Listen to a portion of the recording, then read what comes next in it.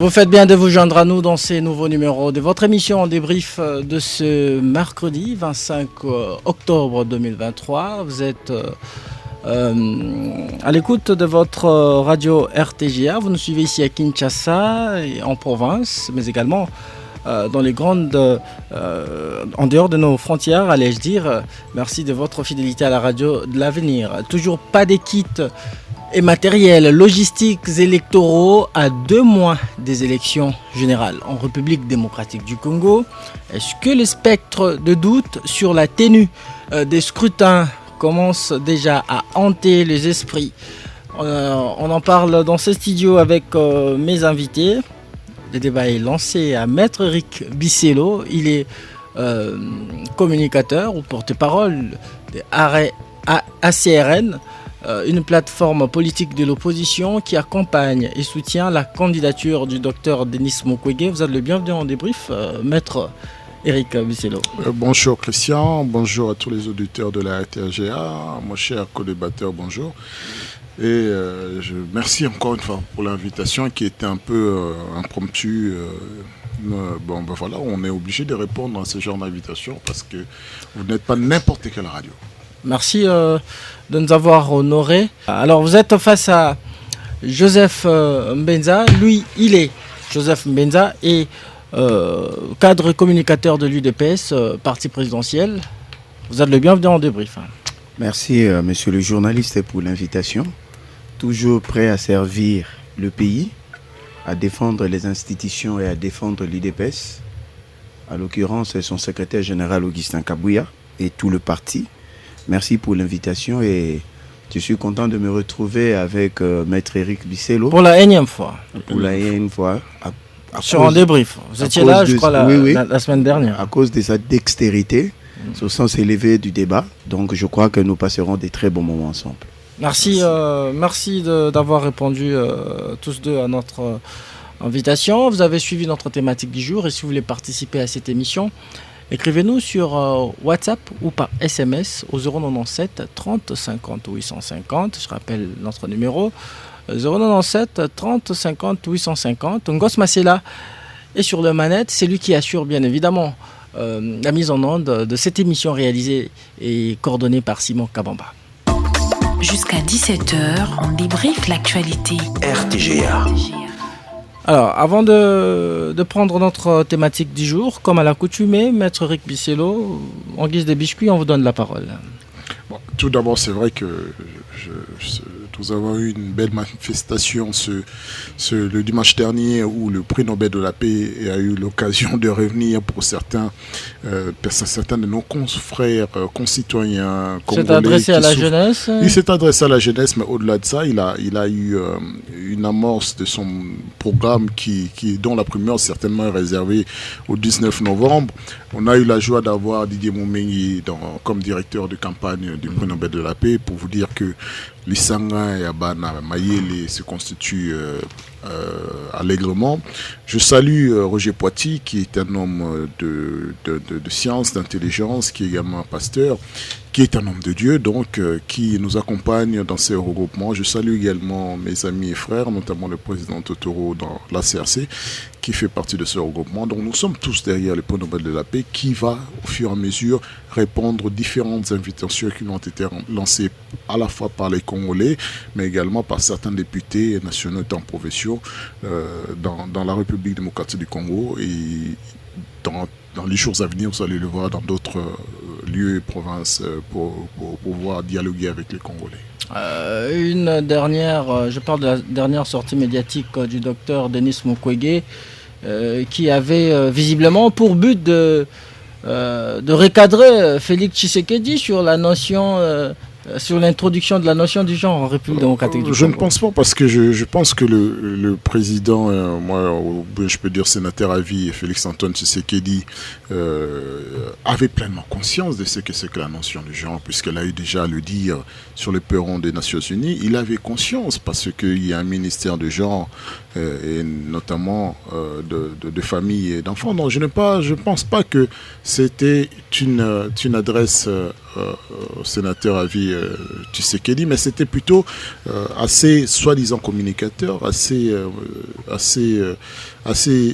hommes qui sont dans les laboratoires pour dire le mal plutôt que la vérité, qui sont là pour dérouter l'intelligence et le bon sens des Congolais, qui sont là pour salir l'image de Denis Mukwege, mais un homme tout à fait de science et aussi d'une intelligence tout à fait exceptionnelle.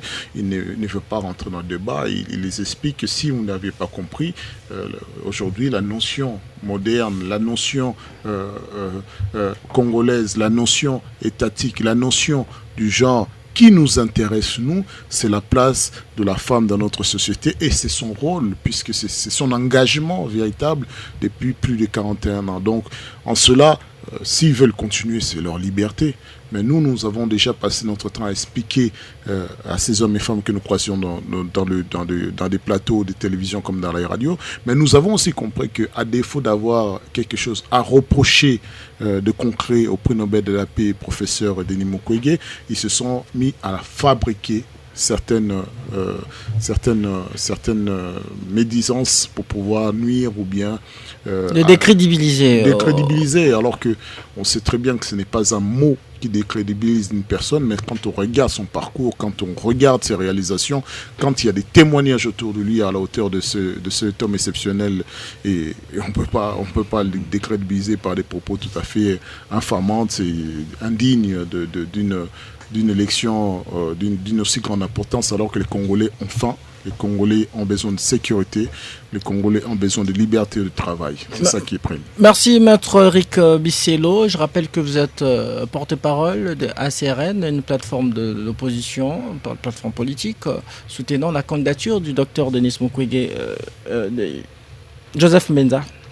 Vous avez aussi la parole pour le biscuit. Ouais, merci beaucoup. Je ne vais pas interférer dans son mot parce que ce n'est que des mots introductifs, mais là, moi je parle de l'UDPS. Ouais. Le secrétaire général, Augustin Kabuya, c'est le meilleur manager politique actuellement en République démocratique du Congo. Tenez, qui fait de chaque dimanche, il est sur terrain.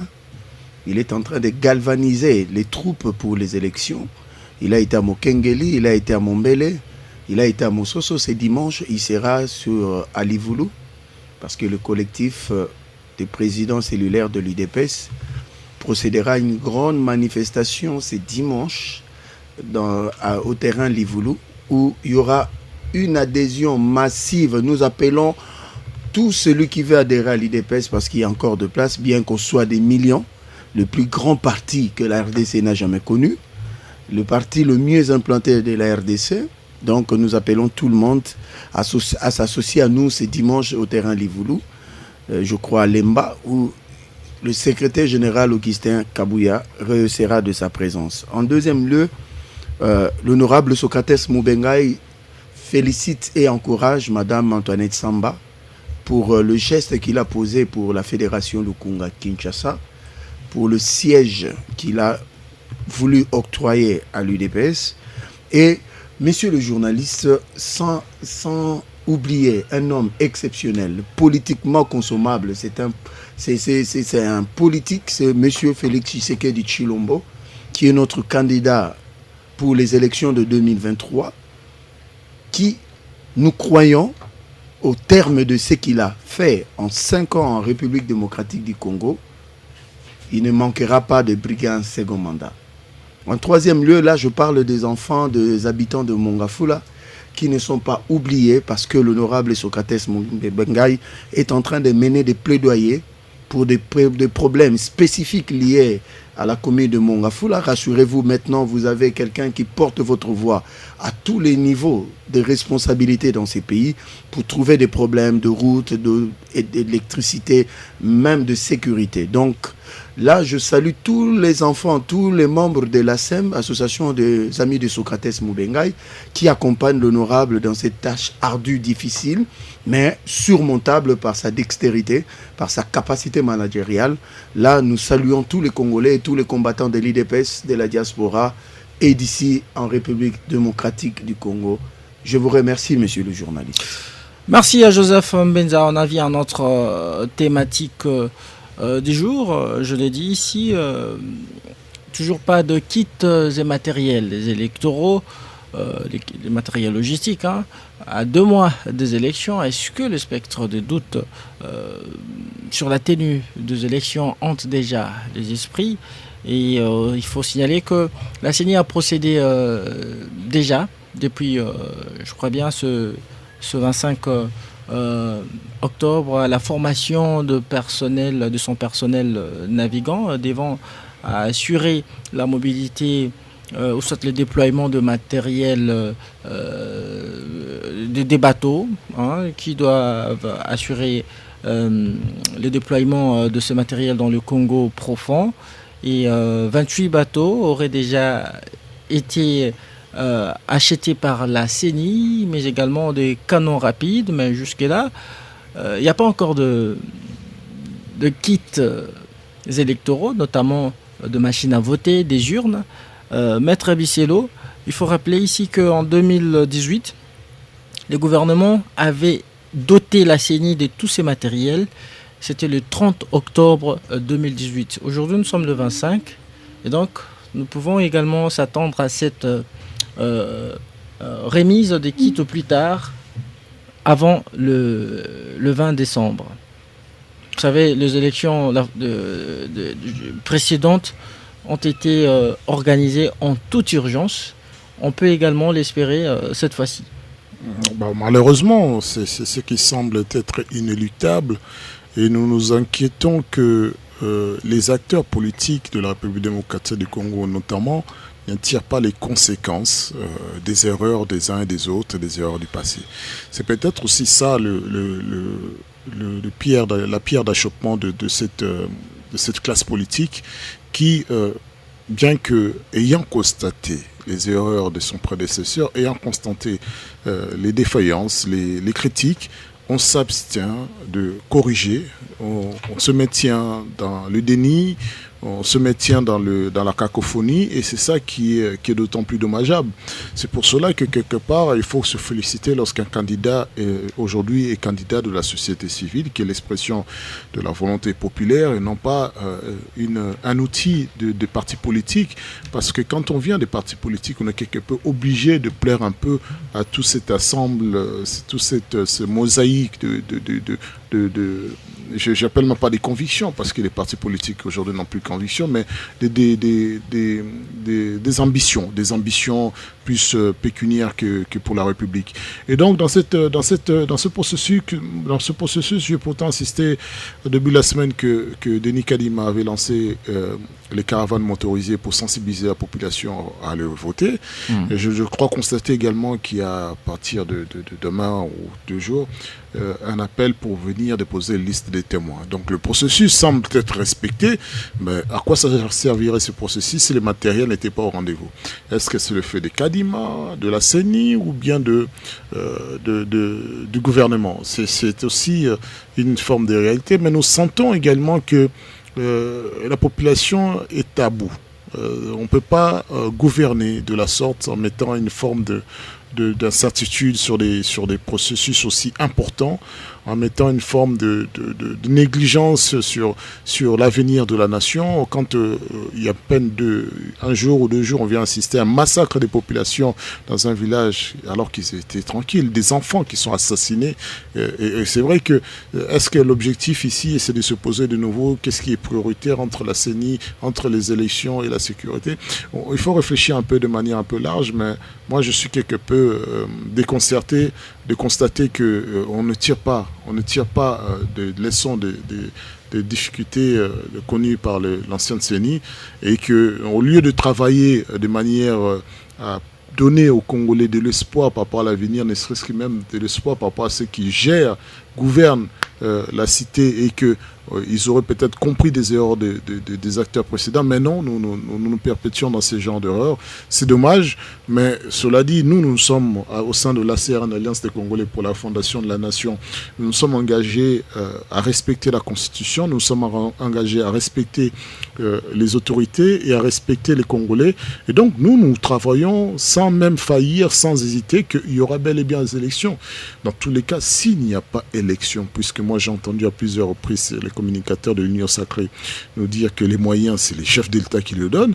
Donc, s'il n'y a pas élection, c'est que le chef d'État ne veut pas qu'il y ait élection. S'il n'y a pas élection, le chef d'État aura violé la Constitution. Alors, quelqu'un qui est censé protéger, garantir la Constitution, s'il la viole, c'est-à-dire avant contre les aspirations de la population qui est le constituant originel.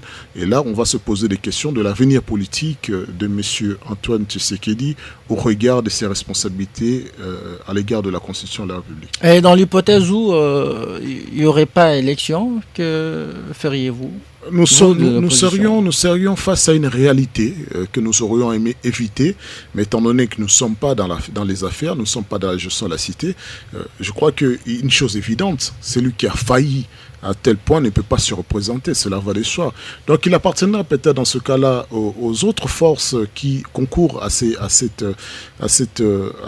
rendez-vous tout à fait crucial, de réfléchir à une forme de transition qui durera le temps que nécessaire, mais en tout cas, ce qui est évident et ce qui est nécessaire dans ce genre de cas, il faut écarter ceux qui ont fait montre d'une mauvaise foi à respecter la Constitution de la République. Donc en cela, il faut considérer que M.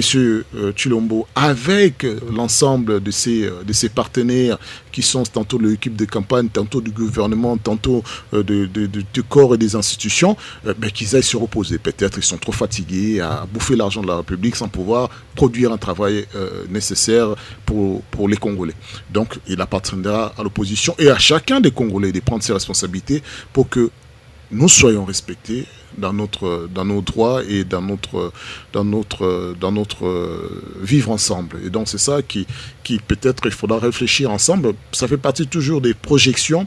Et moi j'inviterai les forces de l'opposition dans l'ensemble de réfléchir pour l'intérêt de la nation, non pas pour les intérêts de quelle sera ma part, mon poste, mais qu'est-ce que nous pouvons proposer de nouveau. Parce que nous avons tout essayé dans ce pays. Nous avons essayé les militaires, nous avons essayé les politiciens, il nous reste à essayer la société civile. Peut-être qu'il nous sortira de cette cacophonie, de cette mégestion, de cet abysse, parce que le Congolais ne se retrouve pas. C'est un peu dommage. Merci, Maître Bicelo. Joseph Mbenza, ceux qui évoquent le doute sur la tenue des élections dans le délai, n'ont-ils pas raison? Parce que jusque-là, la CENI n'a pas encore réquisitionné tous les matériels devant les matériels électoraux. Je parle notamment des kits tels que les machines à voter, les urnes, si bien que elle a déjà procédé, la CENI, à la formation de personnel navigant. Est-ce que cela n'est-il pas un trompe-l'œil? Merci beaucoup pour la question. Et je suis très heureux de me retrouver face à face à un opposant qui est venu fraîchement en politique avec son mentor venant de la société civile.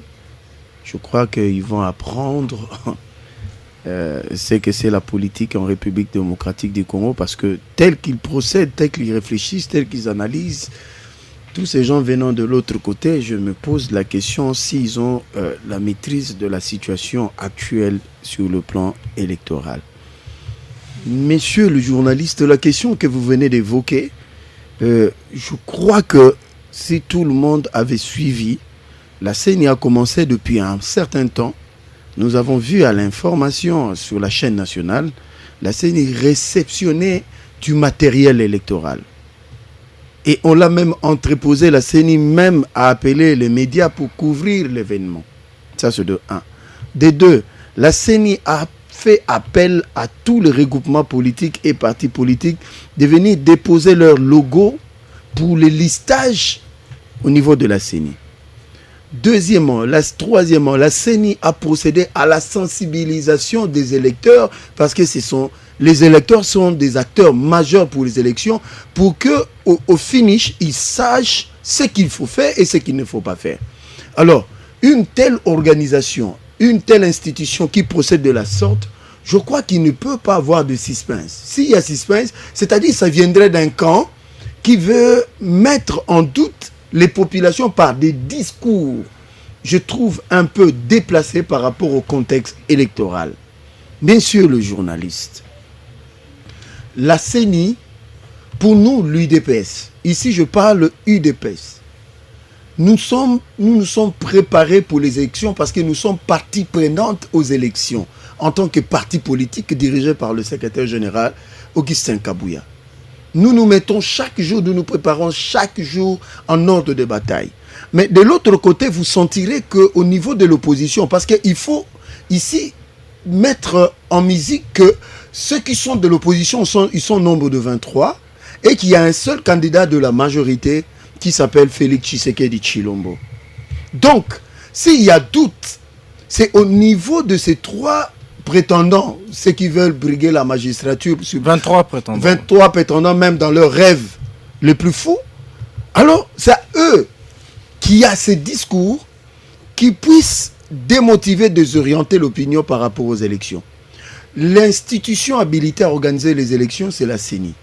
C'est à la CENI de se prononcer s'il y a difficulté, s'il y aura ou il n'y aura pas élection dans la date convenue, selon la Constitution. Parce que la CENI avait établi une feuille de route, je crois, parce que je ne suis pas porte-parole de la CENI, que la CENI est en train de respecter jusqu'à preuve du contraire. Parce que si vous suivez toutes les organisations internationales, ou bien les organismes internationaux, ne vont pas dans le sens de remettre en question les élections à la date échue. Il y a le conseil consultatif de la SADC qui était sur place. Ils ont donné un aperçu général sur le processus électoral. Il y a l'Union européenne, les États-Unis, et il y a beaucoup d'autres structures africaines, même étrangères au niveau mondial, qui vont dans le sens de féliciter la CENI pour les efforts fournis pour qu'il y ait des élections malgré le retard de 28 mois. Vous avez parlé de l'entreposage de kits électoraux par la CENI. À l'aéroport international. Tenez, M. Denis Kadima, la semaine passée, nous tous, nous avions suivi. On a fait la simulation du vote pour dire que les kits sont là. Mais pour déployer le kit, il faut qu'il y ait un plan de déploiement. C'est là où je suis d'accord avec vous quand vous évoquez tout ce qu'il y a comme acquisition de la CENI pour déployer le kit. Où est passé l'appel d'offres pour l'achat de ces Monsieur le journaliste, électoraux. j'espère que vous n'ignorez pas qu'il y a une entreprise, je crois... Miro System, c'était pour le kit d'enrôlement. Soit. Voilà. Soit. Mais écoutez, vous savez que le même machine peut être réconfiguré. Oh. Mais oui. Vous nous l'apprenez. Demandez les techniciens, parce que ce sont des machines. Vous voyez, là, ce n'est pas le débat. Moi, je ne suis pas trop technicien pour savoir. Mais la seule chose que, même nous à l'IDPS, c'est que nous attendons de M. Denis Kadima et de son équipe qui nous organise les élections le 20 décembre de cette année. Alors, monsieur le journaliste, vous avez évoqué la possibilité, au cas où qu'il n'y ait pas des élections, qu'est-ce qui adviendrait? Vous avez suivi mon co-débatteur de l'opposition qui va dans le sens de choisir quelqu'un qui viendrait de la société civile. Donc, il fait allusion à M. Mukwege. Mais comment il parviendra-t-il au pouvoir? Nous ne sommes pas de ceux-là qui évoqueront l'article 70 de la Constitution, comme l'a fait le régime passé. Nous sommes dans la logique des élections et le président Félix Tshisekedi, il tient dans toutes ces sorties médiatiques. Il ne cesse de marteler qu'il faut qu'il y ait élection le 20 décembre 2023.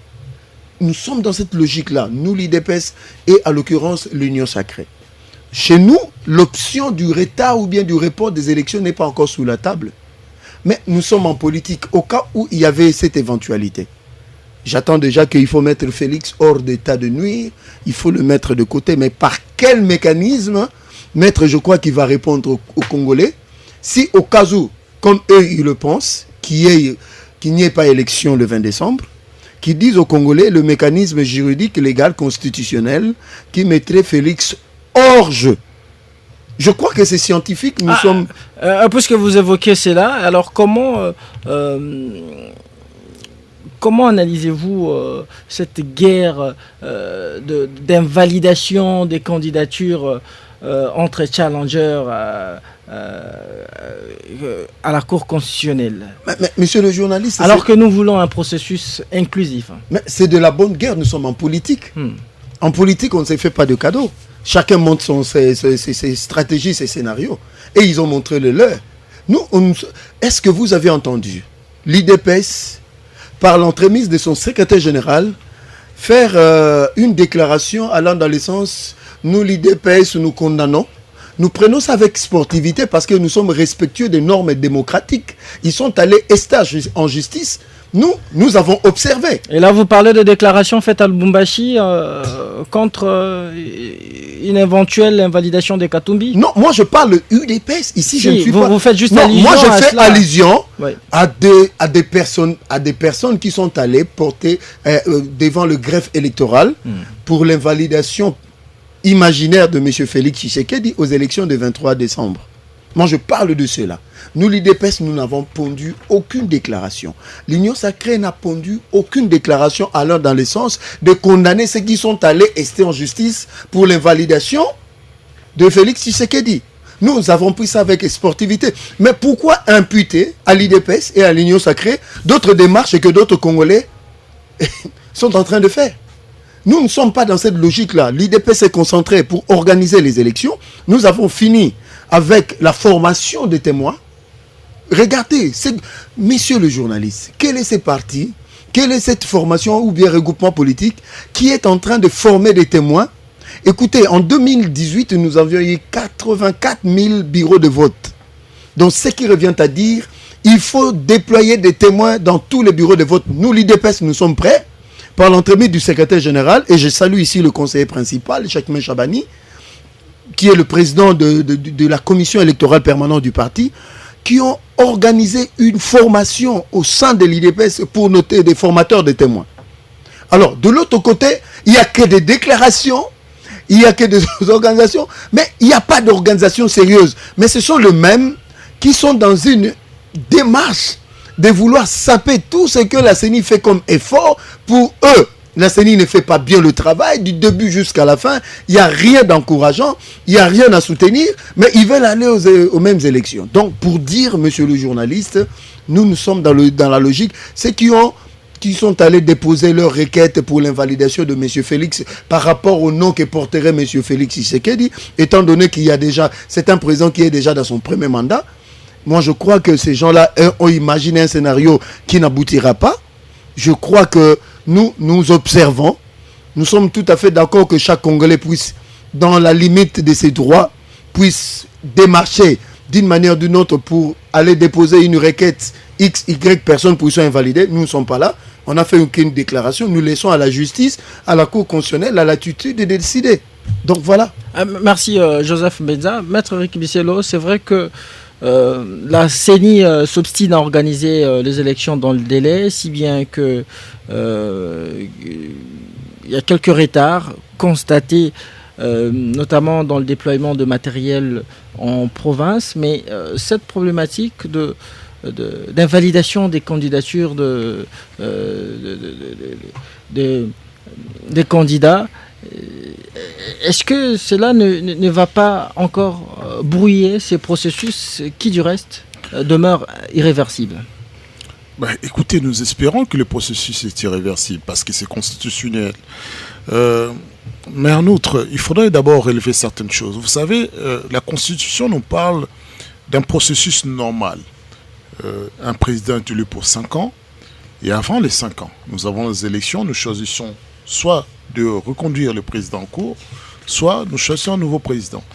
Et il lui reste un délai plus ou moins raisonnable entre les deux présidents élus, l'un est sortant, l'autre est rentrant, pour se concerter, pour s'échanger les informations relatives à la gestion de la société et des éléments de sécurité notamment. Mais ça, c'est un processus normal. Mais lorsque l'un des acteurs est aujourd'hui il a déposé sa candidature, partie prenante, et qu'en même temps, eux-mêmes ils disent, c'est celui qui organise les élections. Moi, je suis quelque peu perturbé, qui viennent nous opposer sur les articles relatifs à la fonction de... Le président reste en fonction jusqu'à ce que... Mais non, il ne reste pas en fonction jusqu'à ce que... Il reste en fonction 5 ans. Ça, c'est selon votre interprétation non, ou de la Cour constitutionnelle? Non, la Constitution, pas la Cour constitutionnelle. La Constitution, ces phrases sont limpides et claires. Le président est élu pour 5 ans et il n'y a pas, entre parenthèses, sauf avis contraire de la Cour constitutionnelle. Non, il n'y a pas. Et l'alinéa 2 dit, il reste en fonction jusqu'à l'installation effective du nouveau président. D'où les élections sont organisées avant la fin de son mandat. Et si il est reconductible, il se passera le flambeau lui-même. Si il n'est pas reconduit, eh bien, ils ont plus ou moins 1 mois pour se changer. Et donc c'est ça le processus normal. Mais lorsque on va considérer que le candidat actuel, et qui est à la fois président de la République au 23 janvier, il n'a pas du tout organisé les élections, on ne peut pas lui attribuer en même temps un rôle d'organisateur et en même temps un rôle de partie prenante, parce que contrairement à l'opposition qui n'occupe pas de fonctions au sein de la CENI, il se s'accapare tout. Et donc, dans ce cas-là, on va considérer que c'est une mauvaise foi. Et on demandera dans ce cas-là la Cour constitutionnelle de ne pas interpréter cette mauvaise foi comme étant une trahison à l'égard de la Constitution. C'est parfaitement légal, c'est parfaitement lisible, c'est parfaitement cohérent. Maintenant qu'il y ait des Congolais, partie prenante à l'élection présidentielle, et des éléments corroborants, probants, qui démontrent que il y a des faux, il y a des falsifications, il y a des dossiers mal rédigés et qui demandent à la Cour constitutionnelle, conformément à la loi, d'interpréter, d'expliquer ou bien de juger, ben, ce n'est que de bonnes lois. Mais nous qui sommes de l'opposition, nous avons conscience que la Cour constitutionnelle, elle est vouée à servir celui qui les a installés. Nous savons que ça, c'est juste un ballon d'essai à cette Cour constitutionnelle pour que nous lisions son orientation. C'est ça la réalité. Nous ne sommes pas là pour dire que nous attendons des surprises. Il n'y a pas de surprises parce que la Cour constitutionnelle n'aura jamais le courage de lire parfaitement le droit, même si les choses étaient évidentes pour un enfant de 9 ans. Même à mon enfant, je lui explique que l'enfant de 9 ans, en l'espèce, doit pouvoir maîtriser les concepts élection dans les délais, élection hors délai. Ton nom, c'est M. Bisselo Ndosimao Eric, et ce n'est pas M. Eric Ndosimao et Bisselo, tel que nous donne en tout cas notre code de la famille et notre droit civil. Il est important que nous maîtrisions quand même ces b.a.-ba. Et moi, je pense qu'il n'y a pas du tout les candidats ou bien l'opposition qui a demandé l'interprétation de la Cour constitutionnelle. Son intervention, ils ne sont pas hors la loi. Et nous pouvons... Moi, je ne peux pas considérer que nous, ici, à l'Alliance des Congolais pour la fondation de la nation, après que les Congolais aient demandé à Denis Mukwege de se présenter à l'élection présidentielle, après que les femmes se soient réunies à plusieurs reprises et la société civile demandait à ce que nous allions à ce processus, malgré les doutes qui émanaient déjà de la CENI. Mais je ne pense pas que nous avons dépensé tous ces moyens pour qu'il n'y ait pas élection. Non, il faudrait arrêter de jouer avec la démocratie. Il faudrait arrêter de jouer avec le peuple congolais. Donc, nous sommes d'avis que nous allons vers les élections. C'est vrai, comme je disais, Ndekombenza nous dit que nous n'avons pas de maîtrise du processus. Il est normal, puisque le processus se fait par l'entremise de celui qu'eux ils ont choisi, avec des acteurs qu'eux-mêmes ils ont choisis. Nous sommes que spectateurs, nous ne sommes même pas partie prenante. Et donc, il faut dire tranquillement, monter, il en restera toujours. Parce que on a beau dire que oui, on va faire cela dans le temps passe. Le 20 décembre arrivera, qu'on le veuille ou pas, qu'on monte, qu'on descende. Et en ce moment-là, les Congolais prendront la décision qui s'impose, parce que, je répète aujourd'hui, celui qui a la légitimité la plus parfaite, c'est le peuple congolais, ce n'est pas quelqu'un qui exerce un mandat. Et donc, il est ici question de changement de paradigme, et nous devons réfléchir autrement pour imaginer un Congo autrement. Sinon, nous répéterons les mêmes erreurs, et nous resterons à stagner dans les mares de l'inconscience et de la pollution de la scène politique par les acteurs pourtant nouveaux que nous sommes. Et ça, il faudrait que nous arrêtions à penser comme les anciens, c'est-à-dire que ma place, ma part, oyanga, oyanga. Merci, Maître Kisielo. Alors, Joseph Mbenza, au-delà du problème de paiement régulier des émoluments de députés provinciaux, on rajoute encore l'élection de conseillers municipaux. Vous savez, les conseils municipaux sont une sorte de mini-assemblée provinciale qui élisent le bourgmestre. Alors, là, on n'est pas encore en train de chercher d'autres problèmes, plutôt que de résoudre des solutions qui sont là depuis toutes les législatures précédentes. Et surtout, et encore, faudra-t-il encore signaler que les bourgmestres, eux, ils ne sont pas payés par les trésors, alors qu'ils sont payables. Comment répondez-vous à cela? Merci, parce que c'est une question pertinente, mais j'aimerais rebondir. Maître Éric Bissolo, je suis perdu. Vous êtes de la société civile ou vous êtes dans un recoupement politique, on ne sait pas vous identifier. J'ai posé ici une problématique claire et nette, donner le mécanisme juridique, légal et constitutionnel au cas où qu'il n'y aurait pas élection en République démocratique du Congo au 20 décembre 2023. Qu'adviendra-t-il?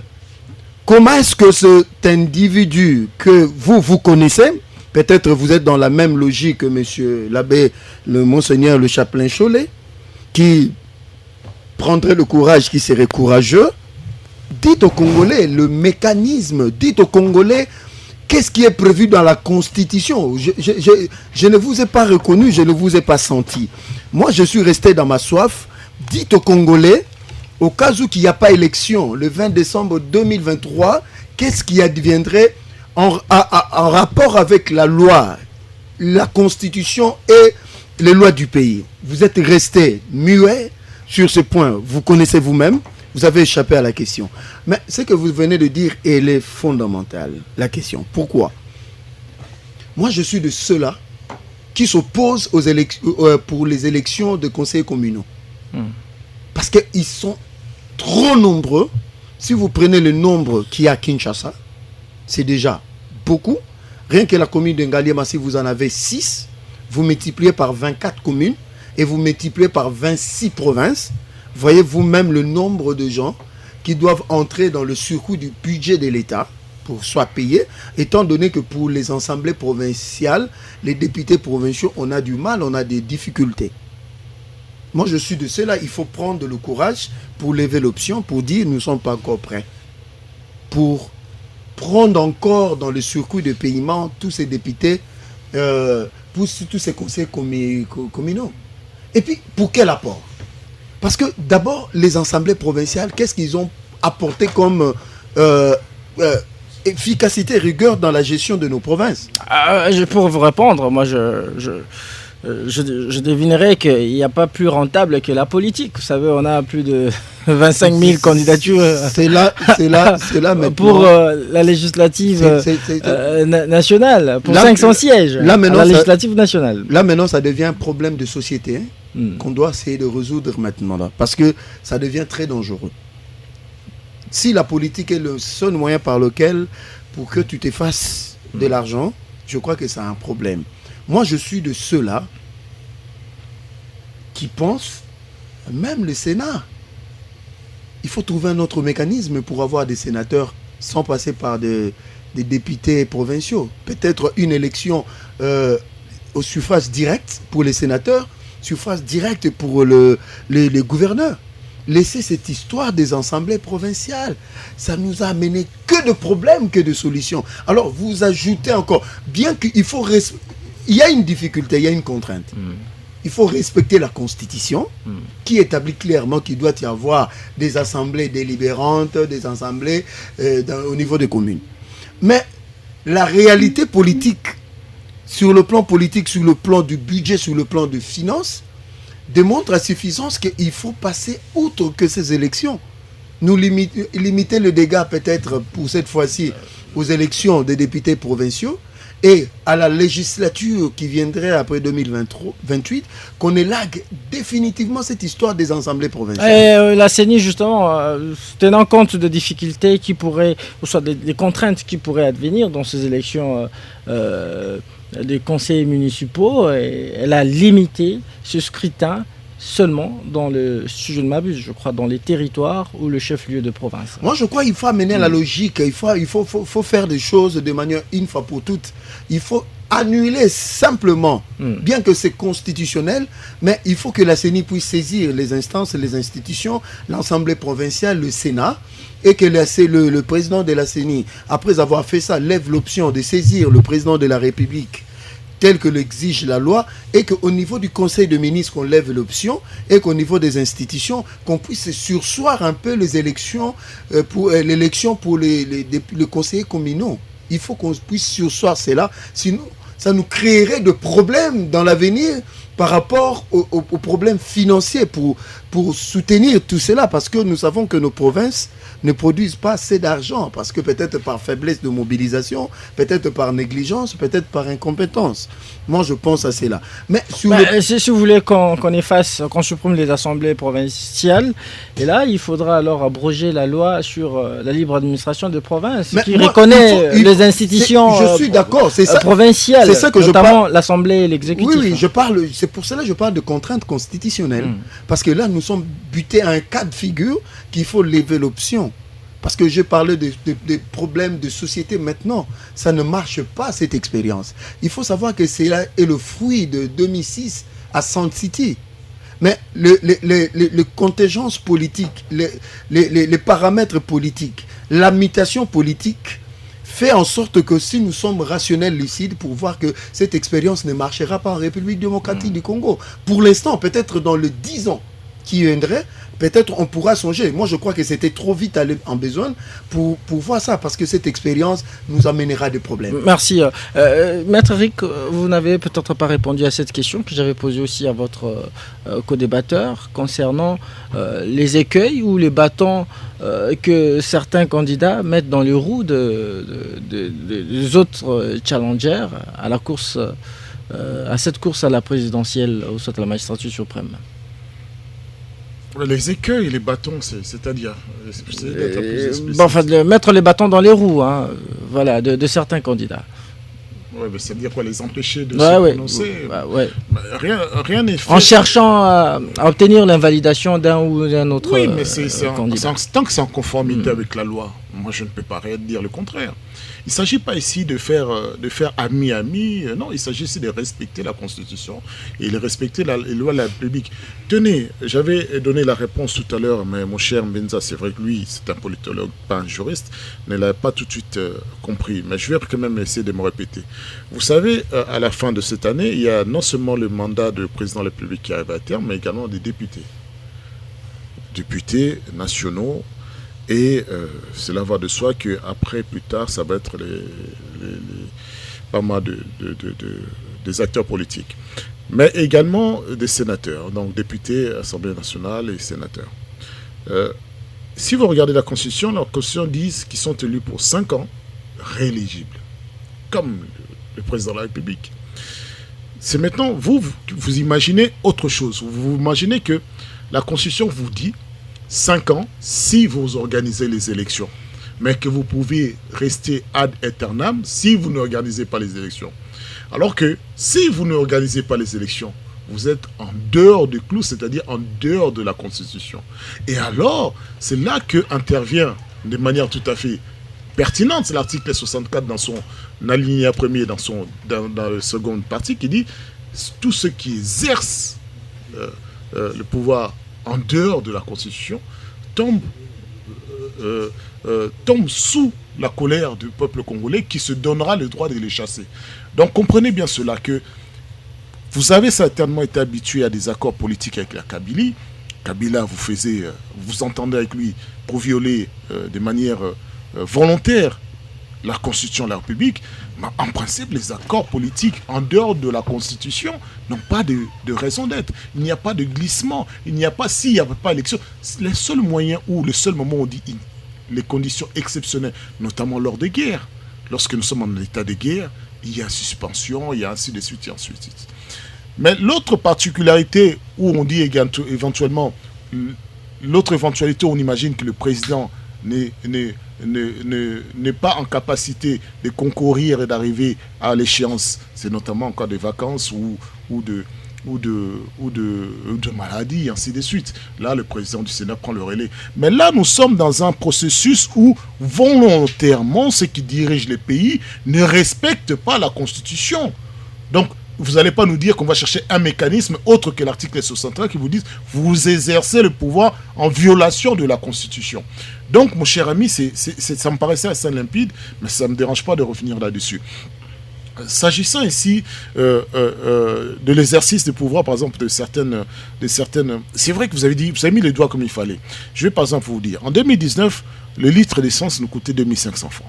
Nous sommes aujourd'hui en fin de mandat de législature de l'Union sucrée et de M. Félix-Antoine Tshisekedi, 3200 francs. L'essence, le litre, c'est 3200 francs. Imaginez l'explosion, l'inflation immense que nous avons vu subir. L'inflation est mondiale. Non, pas du tout.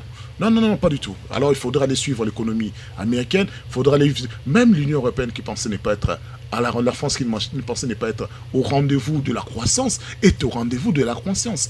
L'inflation peut y être, mais il appartient à l'État de réguler l'économie pour absorber cette part de l'inflation.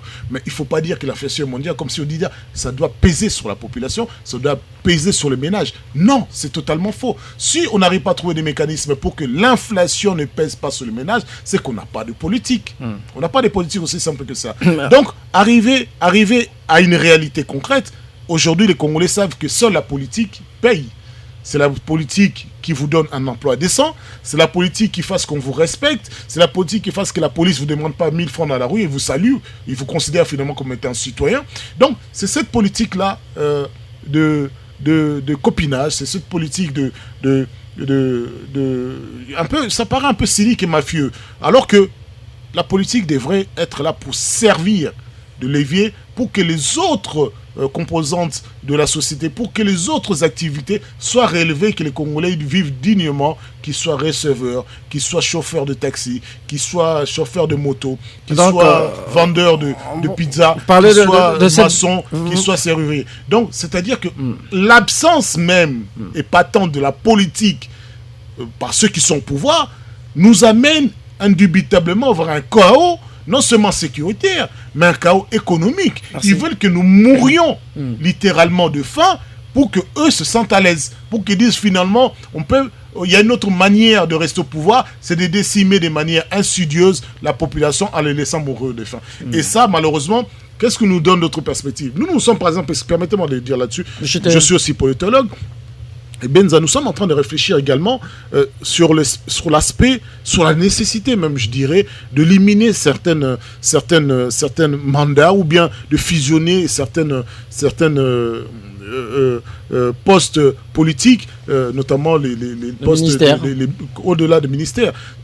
Réduire le train de vie. Réduire le train de vie des institutions est essentiel et c'est une condition sine qua non pour une économie saine. Vous pensez que c'est là mettre fin à cette disparité sociale. Non seulement ça ne mettra pas fin, c'est pas une question de mettre fin, mais c'est de réduire les inégalités. Merci. Il s'agit de réduire parce qu'on ne comprend pas que quelqu'un qui travaille durement et qui se lève à 4h du matin, rentre chez lui à 20h, à 21h, 22h, ils disent que si je gagne $200, ça va, je suis bien. Mais alors que ceux qui ne foutent strictement rien, qu'ils arrivent même au ministère et qui voyagent avec l'argent de la République, avec leurs femmes, soi-disant pour des missions, avec leur bonne, avec leur maîtresse, sur le compte de la République, vivent allègrement sur notre dos, sans produire quelque chose de substantiel pour changer ce qui est nécessaire à la société congolaise. Et là, il faut réfléchir. Merci, Maître Rick Bisselo. Je rappelle que vous êtes porte-parole de ACRN qui accompagne la candidature de Dr Denis Mukwege. On va souffler un tout petit peu, on va rendre l'antenne à la régie commerciale et continuez à nous écrire au 097 30 50 850, c'est notre standard.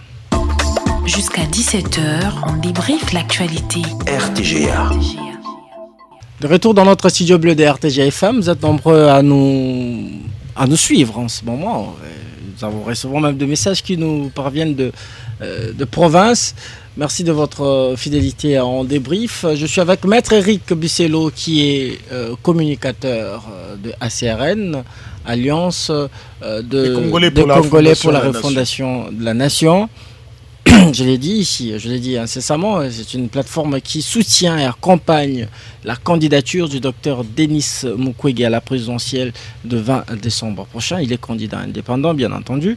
Alors, je suis aussi avec Joseph Mbenza. Lui, il est cadre et communicateur de l'UDPS, parti présidentiel. Je vous donne justement la parole. Vous devriez répondre votre co-débatteur. Merci, monsieur le journaliste. Vous avez compris que monsieur Eric Bissello n'a pas dit comment celui qui viendrait de la société civile prendra le pouvoir sans élection, parce qu'il y a toute une procédure. Moi, je ne suis pas chantre de l'article 70 de la Constitution. Nous, à l'IDPS, nous n'y pensons même pas. Mais vous avez vu que M. Eric Bissello a du mal, a des difficultés à dire aux Congolais expressis verbis comment celui qui viendrait de la société civile deviendra président, par quel mécanisme. Là, le débat est clos. Mais tenez, il parle de l'économie. Mais monsieur Eric Bissello, c'est le carburant le moins cher en Afrique subsaharienne, c'est la RDC. Parce que le gouvernement subventionne de 1800 francs de chaque litre que chaque Congolais achète à la pompe par le moyen de subvention. Si ce n'était pas le cas, aujourd'hui, monsieur Eric Bissello évoque l'Europe, les États-Unis. Il y a pas longtemps, un litre d'essence aux États-Unis coûtait $1.4. Aujourd'hui, c'est à $3.4. Même le carburant, même aux États-Unis, le gaz coûte cher aujourd'hui en Europe, vous êtes au courant. Absolument. Aujourd'hui, vous le savez, il y a 12 millions de Français qui ne savent plus nouer le deux bouts de moi. Ce n'est pas moi qui le dis, c'est à l'Assemblée nationale en France. Il y a un débat houleux là-bas.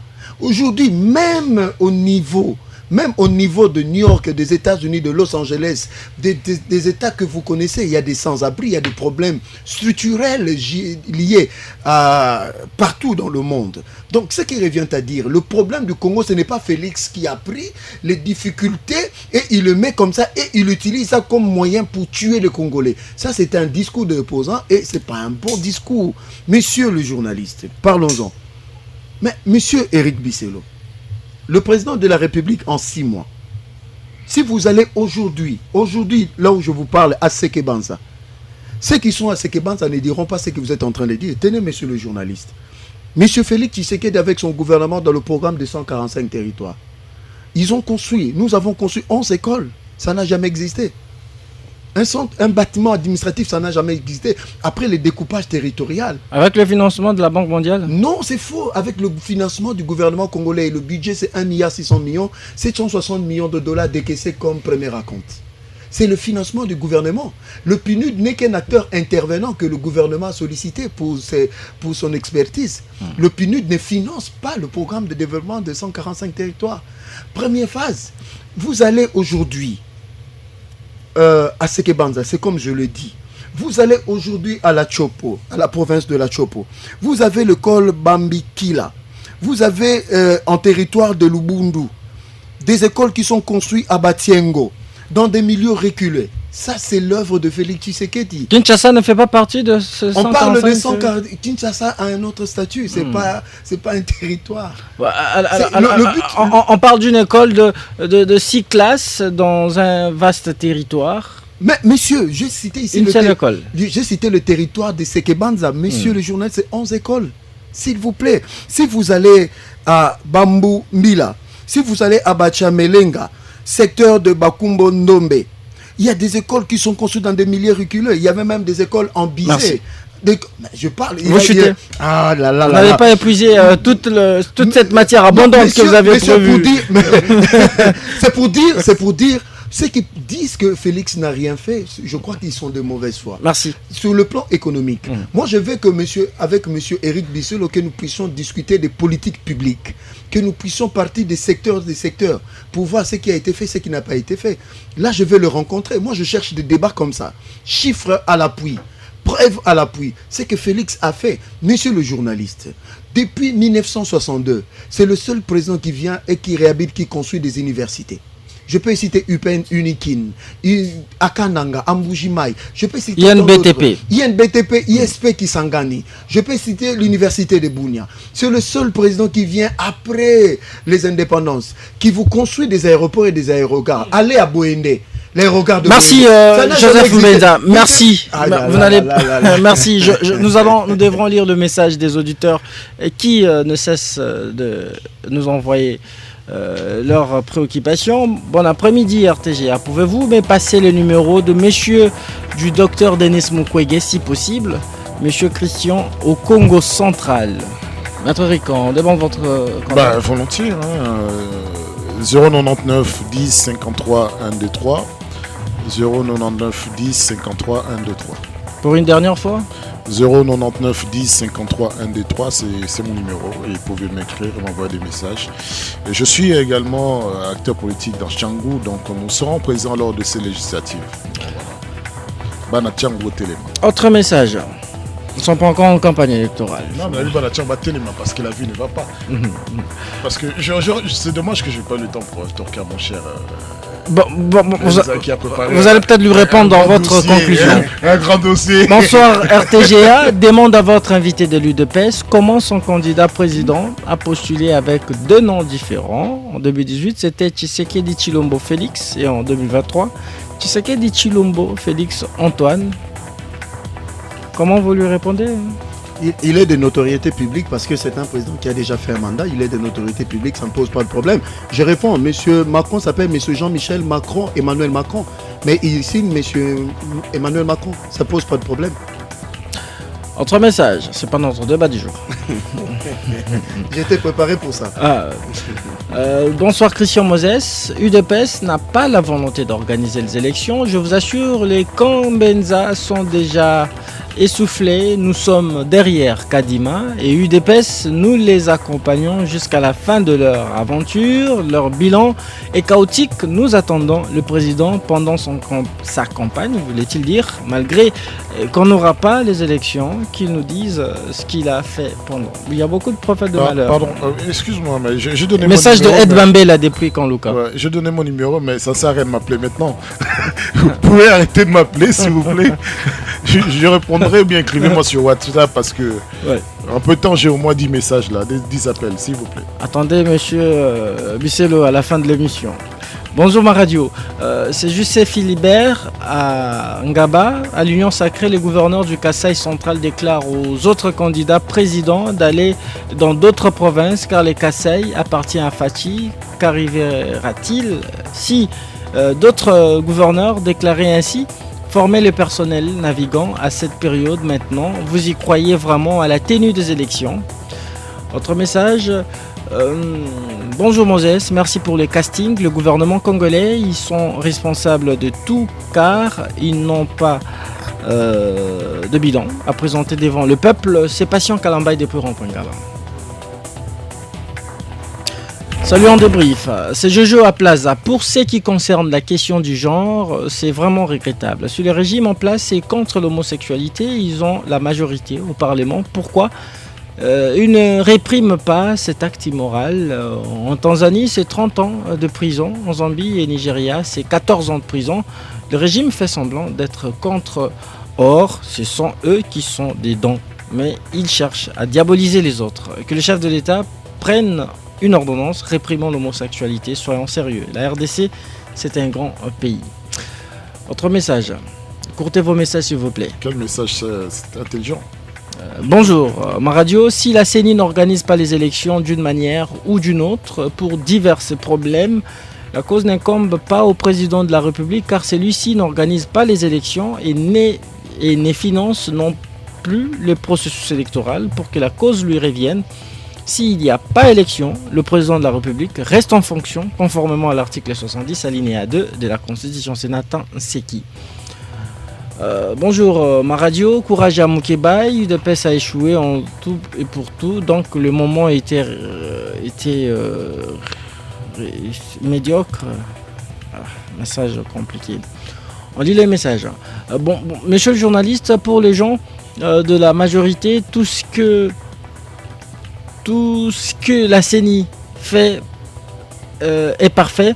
Et pourtant, jamais on a reçu de très mauvaises cartes comme celle que Kadima nous a amenées dans ce cycle électoral. Mais qu'ils sachent une seule chose, où sont ceux qui chantaient pour Kabila hier, c'est de la même façon. Eux aussi disparaîtront. Message du docteur Jubre de Pincele. Vous avez toujours été à la défensive de la CENI.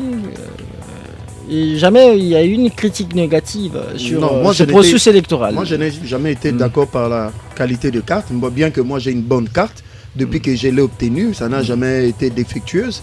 Donc, on ne dit pas tout. Parce que vous l'avez gardé à dans votre placard. Non, juste toujours dans mon portefeuille, avec moi. Je marche. Bonjour RTGA. Impossible. Bonjour. Moi, la mienne, je l'ai ici dans un étui bien protégé. Moi... Je vous montre ma carte. Elle est là, ma carte. On a refusé de me donner l'argent ce matin. Elle est là, ma carte. Moi, ma carte, c'est elle est là, c'est un étui protégé. Elle est complètement effacée. Elle est complètement effacée. Moi, ma carte n'est pas effacée. Montrez votre carte. C'est à la garde, là. Ah, d'accord. Mais oui. On poursuit la lecture de messages. Bonjour RTGA. À monsieur du docteur Mukwege, à quel moment nous Congolais lui avons demandé de postuler si ce n'est pas ceux de son camp, lui qui n'est connu sur toute l'étendue du pays et nos vies sont politiques. Clément Angeli. La CENI, salut en débrief, demande à monsieur de l'UDPS, c'est quoi le nom du président entre Chilombo Tshisekedi Félix et Tshisekedi Chilombo? C'est déjà posé. Et puis il dit, la CENI souffre par manque d'argent. Si Kadima Denis était sérieux, il devait déclarer qu'il n'y aura pas élection. Bonjour monsieur le journaliste, notre frère de l'UDPS sait très bien que ce processus est très mal parti. L'essentiel est qu'on laisse tout le monde compétir pour éviter des tensions inutiles. Pour preuve, beaucoup de cartes d'électeurs illisibles et certaines données de base disparaissent dans la base de données au niveau de certaines provinces. Notre ami peut s'informer auprès de certains experts de la CENI. Message non signé. Bonjour RTGA, c'est Papa Ferdinand Bambi. Christian, à propos du déploiement des kits, je vous conseille d'approcher la CENI pour des infos correctes. Mais Maître Bicello, pouvez-vous nous dire ce que le gynécologue Mukwege a fait d'exceptionnel à part réparer les femmes? Maître Benza, donnez-nous tous les noms du président Macron. Vous avez donné Jean-Michel Emmanuel Macron. Je peux commencer à dire tout ce que Denis Mukwege a fait, mais je crois que ça peut prendre une émission au-delà du fait qu'il est professeur, qu'il est fondateur de 3 fondations qui non seulement construisent des écoles, donnent de la gratuité scolaire, construisent des habitations, donnent des moyens de subsistance aux femmes, aident les mamans à revenir dans les circuits économiques. Au-delà de ça... Ça, c'est un discours électoral. C'est pour ça, le problème en est là, c'est que vous me donnez, vous m'avez posé une question. Donc, c'est-à-dire que je peux commencer à parler de tout ce qu'il fait. C'est l'argent venu de ceux qui pillent, ceux qui violent le pays. Ça, vous le savez. Vous le savez. On poursuit la lecture parce que là, on est en train d'atterrir. Bonsoir ma radio. Je retire la parole, s'il vous plaît. Bonsoir ma radio. Que la CENI nous dise la vérité, il est temps. Est-ce qu'il y aura élection ou pas? Nous sommes 25 octobre, sans signe de vie. Le bateau n'a rien à voir avec le kit électoraux. Madi Minda depuis Calo. Calo, c'est encore où? Province. C'est en province. Bonjour en débrief, messieurs de l'Union sucrée, que le peuple a le droit de faire échec à tout individu qui veut rester au pouvoir par la force. Chilombo va partir, on va lire 2 derniers messages. Bonsoir ma radio, demandez aux messieurs de l'UDPS de montrer la différence entre le régime passé de Kabila et celui de M. Chilombo sur ces aspects. 1. Le train de vie des institutions. 2. Le nombre de ministères et ministres. 3. Les détournements et dépassements budgétaires. Message de Nourbin Anour. Dernier message que l'on comprend. Bonjour Monsieur Christian, il y aura bien les élections dans le délai constitutionnel. Monsieur Mukwege a déjà craché sur son avenir politique pour nous avoir promis le mariage garçon avec garçon. Papa Matondo, Amongafula. Votre conclusion, maître Bisselo? Papa Matondo souffre d'une maladie contagieuse de l'IDPS de 10e rue. Je conseille d'aller se faire soigner, notamment en prenant peut-être un peu plus de connaissances et de matières. Moi, je vais vous dire une chose. J'ai entendu une absurde. Non, j'aimerais que vous retiriez que je cela. retire Ce sont les auditeurs qui retire. Ils ne souffrent pas de désobligeant à l'égard de l'homme candidat président de la République. On n'a pas besoin de retirer des paroles avec quelqu'un qui ne s'est pas montré respectueux à l'égard du prix Nobel de la paix, Denis Mukwege. Parce que Denis Mukwege a toujours été correct, nous a pris le bon sens. Nous, on parle correctement, sans insulter quoi que ce soit. Merci. Mais lorsque vous voulez vous attaquer, attendez-vous à être attaqué. C'est aussi simple que ça. J'ai entendu deux ou trois choses qui sont totalement fausses. On ne peut pas dire que Félix Tshisekedi Tshilombo Félix est en droit congolais la même personne que Tshisekedi Tshilombo Félix Antoine. Ce n'est pas une question de notoriété, c'est une question de droit. Le droit congolais n'accepte pas ce genre de confusion. Mais j'ai entendu sur aussi quelque chose d'assez grave. Vous n'avez plus lorsque parole. mon ami confond la vie des Français. Permettez-moi, je vous donnerai lors de mon prochain passage. Il confond la vie des Français à ceux des Congolais. Mais mon cher, il y a un professeur qui s'est fait assassiner en France. Le ministre a démissionné. Et nous, on a 50 assassinés tous les jours. Merci, maître, vous n'avez plus la parole. Vous ne démissionnez pas. Vous êtes suffisamment bien payé. Et vous comparez la vie des Français à ceux des Congolais. En 30 secondes, ce que je peux dire, Félix Tshisekedi est un produit politiquement consommable à la population et les autres sont des produits politiquement impropres à la consommation. Tenez, messieurs le journaliste, il est le seul, quand il vient au pouvoir après les indépendances, qui a fait ce qu'il est en train de faire. Merci. Il a fait quoi? Merci. La liste elle est si longue que vous n'allez pas finir toutes les réalisations du président de la République. Je présume. On est en train de faire du feu avec des silex et Félix est arrivé, nous a amené c'est la fin de cette émission. Merci à vous de l'avoir suivi. Vous n'avez plus la parole, je désannonce l'émission, maître Bisselo. C'est la fin de cette émission, disais-je. Merci à vous de l'avoir suivi. Si vous l'avez aimé, c'est Ngos Masela qui était sur les manettes. Une émission que vous allez suivre également sur YouTube. Allez-y, vous abonner sur Sans Répit Télévision. Merci de votre fidélité à la radio de l'avenir RTGA. Restez avec nous. On se retrouve déjà demain pour un nouveau numéro de On Débrief. À très vite. Jusqu'à 17h, on débriefe l'actualité. RTGA.